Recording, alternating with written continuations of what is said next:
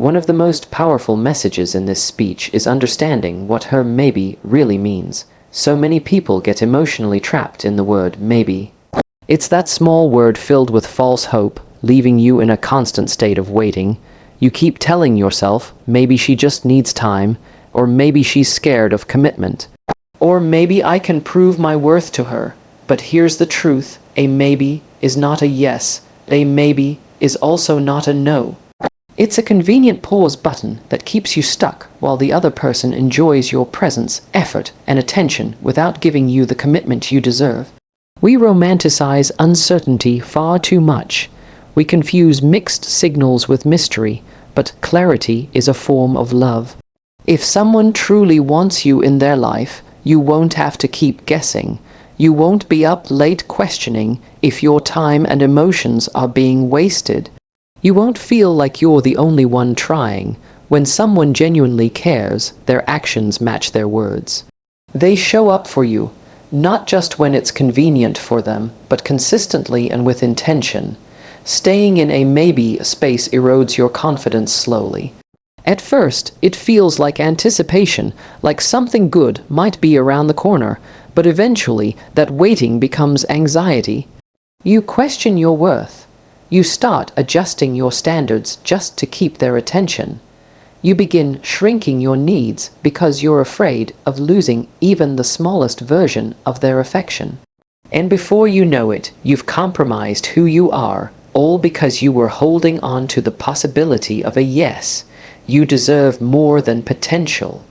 You deserve presence. If someone really values you, they won't keep you in limbo. They will be clear, they will be direct, and they will commit. A maybe is often a mask for I don't want you enough, but I don't want to lose you either. It's emotional convenience, and it's unfair to your heart. It keeps you from being emotionally available to someone who actually wants to give you a real yes. Sometimes we fear letting go of a maybe because it feels like we're giving up. But letting go isn't giving up. It's choosing yourself. It's saying, I will no longer stand in the hallway of someone else's indecision. It's acknowledging that love is not supposed to be confusing. Real love doesn't require constant decoding or chasing. It meets you where you are, and when you walk away from someone's uncertainty, you make space for someone else's clarity. Walking away is hard. It takes courage, but staying in a maybe is much harder in the long run. It drains your emotional energy. It limits your growth. It delays the life you're meant to have. When you finally choose to stop chasing someone who isn't sure about you, you take the first real step toward emotional freedom. You stop tying your self-worth to someone else's indecision, and you begin to rebuild a relationship with yourself, one rooted in respect, clarity, and confidence.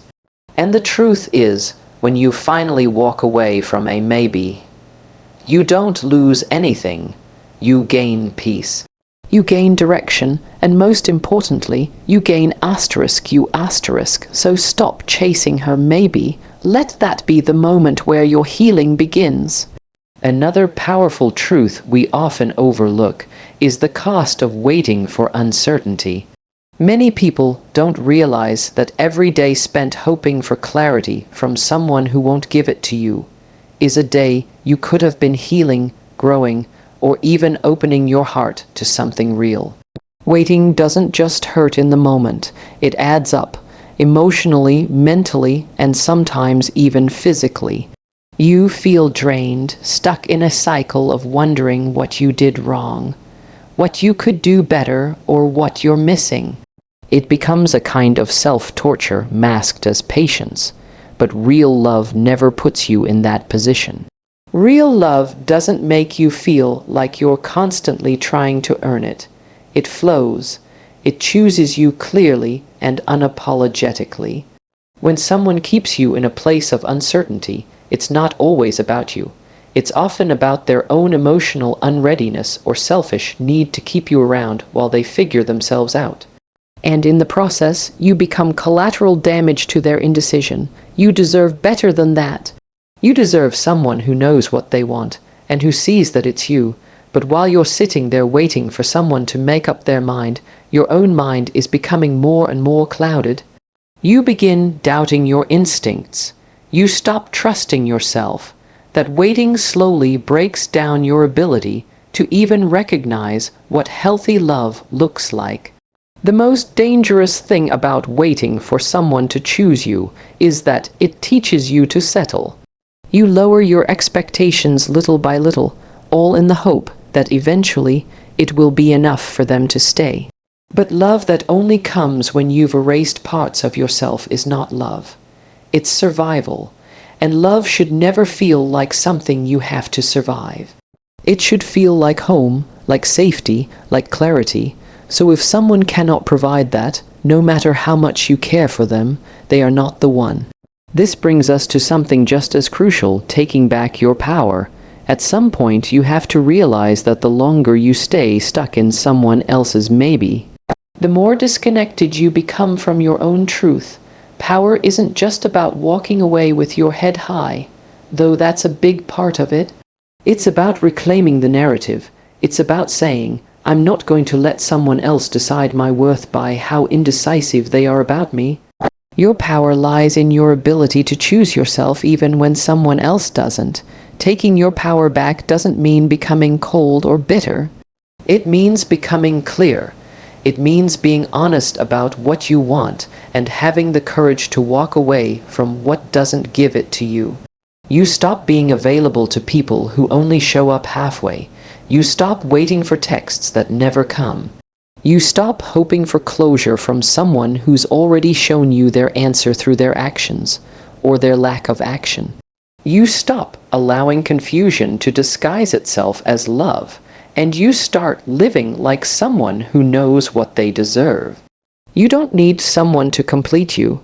You need someone who recognizes how complete you already are. And the moment you stop chasing a maybe and start standing firmly in your yes to yourself, everything shifts. You begin attracting better energy. You start making room for love that chooses you back. You regain your peace, your time, your future. Stop handing your worth to someone who's unsure about you. Take your power back, and don't give it away again. Choosing yourself isn't always loud. It's not always a dramatic exit or a moment of shouting, I've had enough. Sometimes choosing yourself is quiet. It's a shift, a moment of deep inner clarity where you finally admit, this isn't enough for me.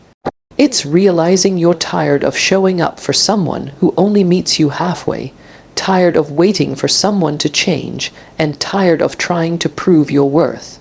The truth is, love shouldn't be something you have to fight this hard for. Real love doesn't make you beg.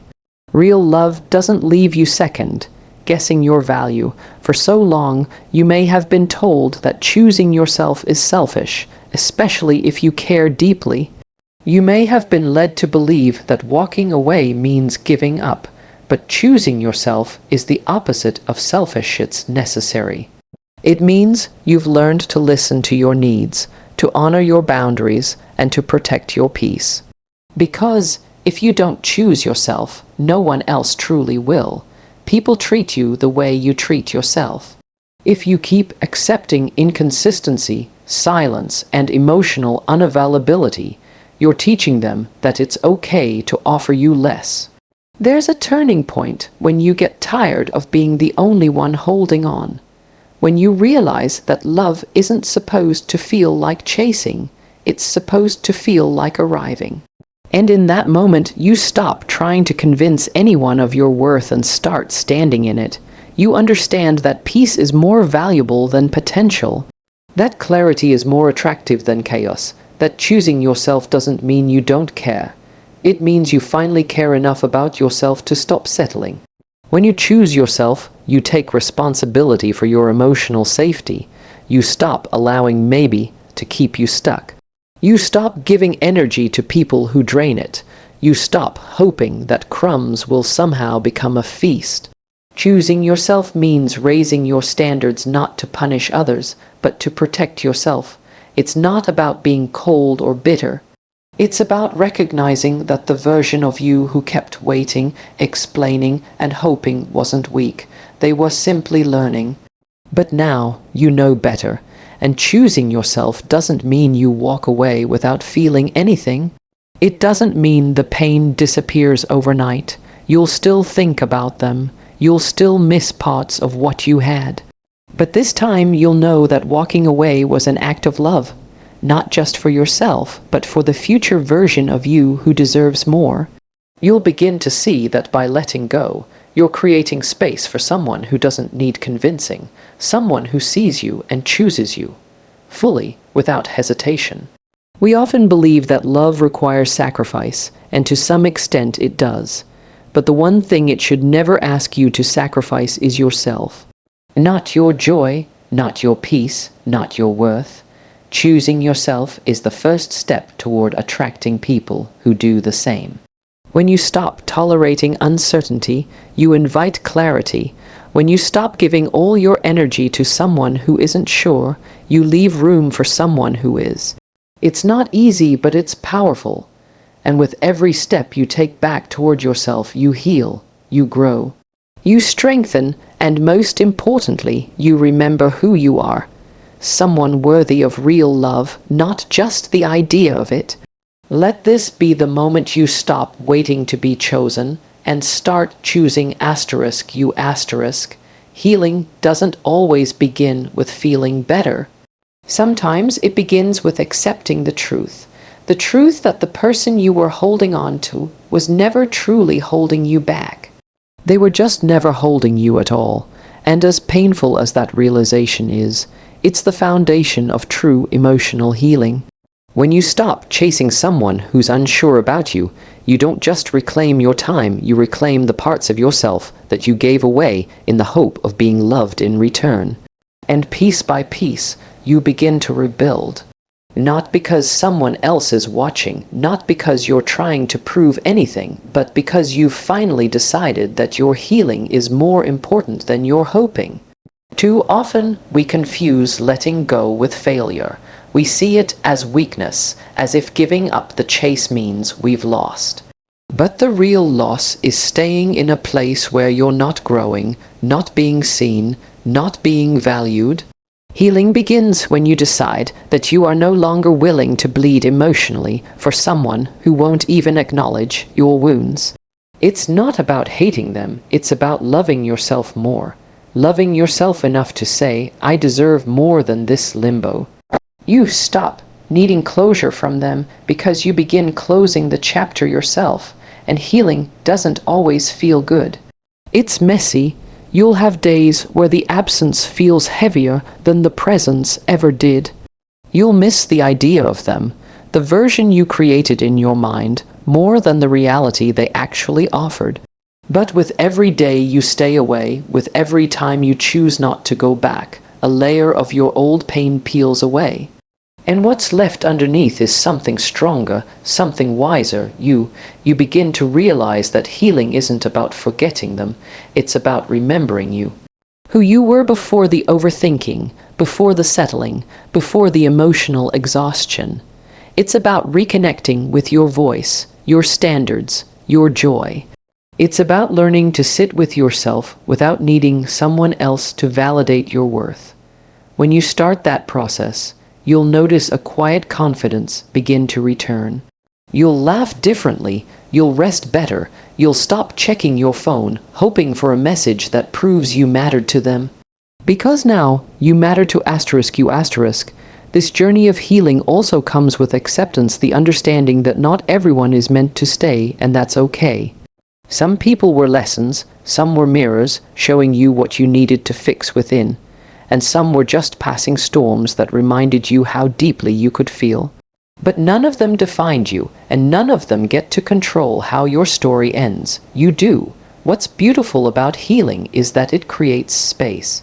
Space for better love, for deeper peace, for friendships and connections that nourish instead of drain. When you stop chasing maybe, when you stop watering a dead flower, you begin planting seeds somewhere new, somewhere within. And those seeds grow into clarity, strength, and emotional freedom. You'll still feel the ache sometimes. That's normal, but pain is a sign of healing too. It means you're still feeling, still learning. And every time you choose not to return to what broke you, you prove to yourself that you've grown, that you've become someone who protects their heart instead of constantly handing it over to people who don't know how to hold it. Letting go is not the end of love. It's the beginning of self-love, and that kind of love, it never leaves you wondering. It never asks you to chase it. It meets you where you are, and it carries you forward. There comes a moment, often quiet and unnoticed by others, when you realize you're done giving life to something that no longer feeds you. It's the moment you stop trying to force love into spaces where it simply doesn't exist. That's when true transformation begins, when you stop showing up where your energy is not reciprocated, when you stop offering your light to people who only live in shadows. You recognize that love isn't just about how much you're willing to give, it's also about how much you're willing to no longer accept. And that's not bitterness, it's growth. For so long, you may have been stretching yourself thin, trying to be everything for someone who never asked for everything, yet still took it. You sacrificed your time, your boundaries, and parts of your identity in the hope that they'd finally see you and choose you. But people don't always change when you love them harder. They change when they want to, and often they don't. So you're left pouring yourself into someone else's emptiness, while slowly running dry yourself, and it takes a while to notice. It feels like love at first, until it feels like depletion.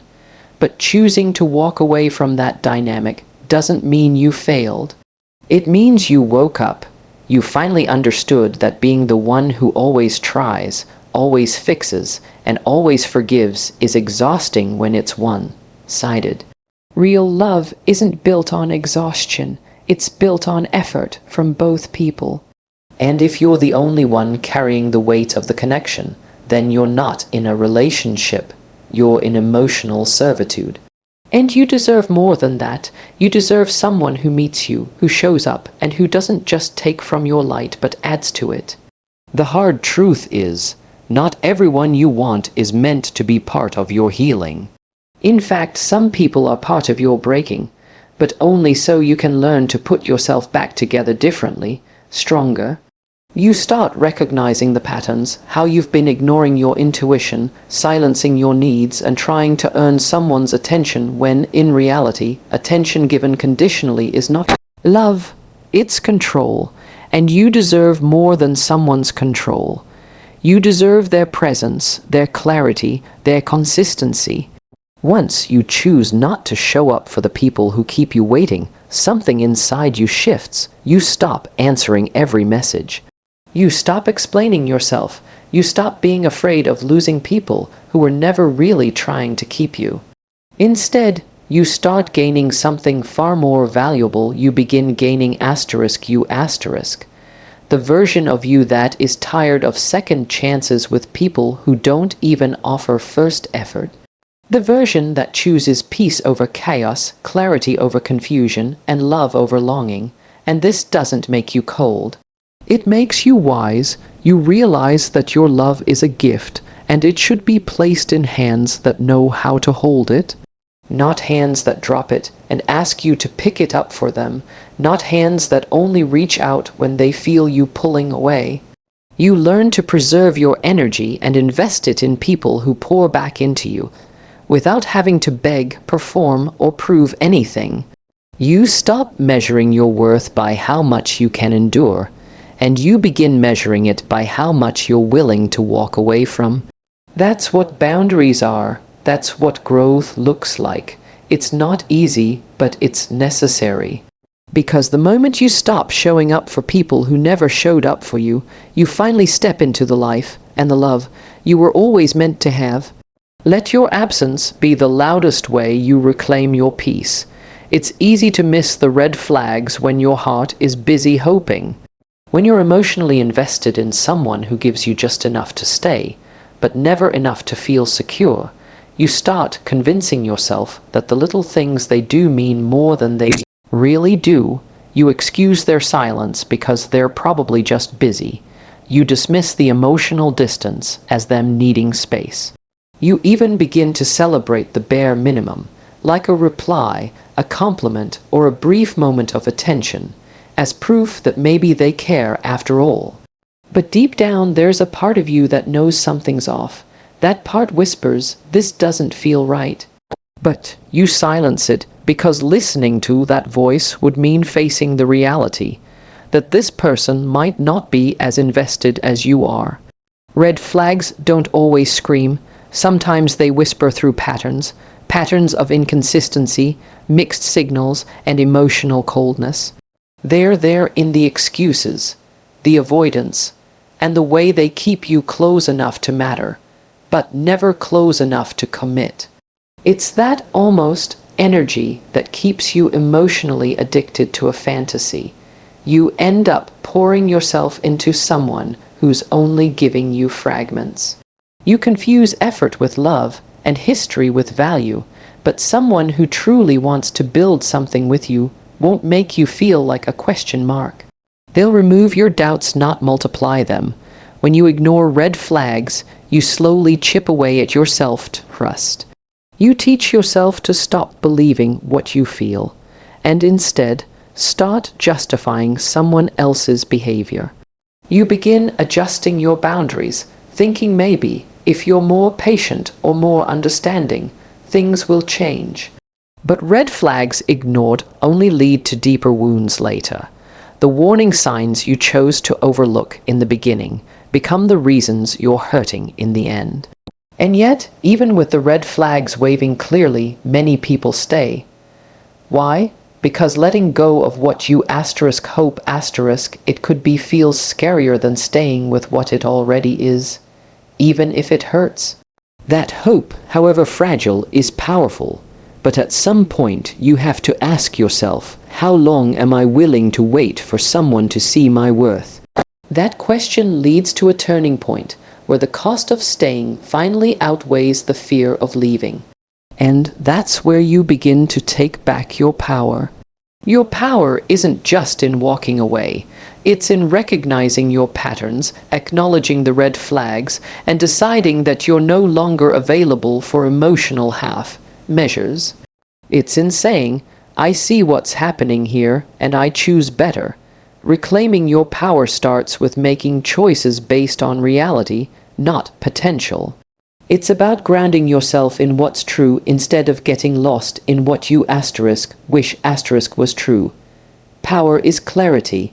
Power is deciding that confusion is no longer acceptable in your relationships. The moment you recognize your own worth, you stop negotiating it. You start holding your standards not from a place of ego, but from a place of self-respect. You realize that it's not your job to fix, change, or convince anyone to love you right.